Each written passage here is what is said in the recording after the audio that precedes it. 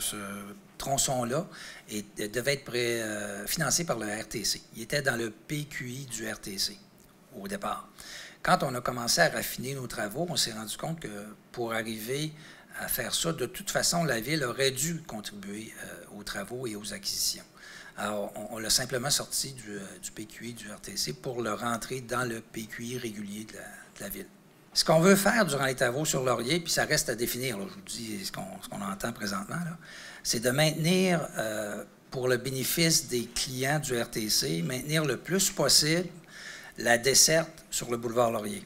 Alors, pendant les travaux, on le sait, ça se fait toujours en séquence. Là. Alors, il y aura une section nord ou sud qui sera bloquée pour les travaux, puis l'autre sera disponible. Alors, on veut maintenir, durant les travaux, le transport en commun sur le boulevard Laurier. Alors, pour faire ça, il va falloir avoir la capacité nécessaire pour rester à 10 voies, de 2 autres voies sur le boulevard Hochelaga.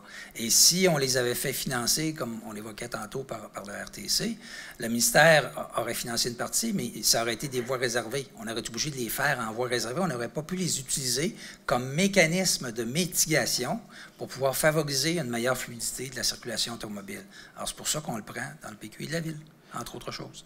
Mais là, ce qui est important, vous le savez, c'est un des secteurs les plus congestionnés de la Ville. Alors, c'est important d'intervenir directement, maintenant, pour corriger cette situation-là avec les bénéfices futurs qu'on va en retirer.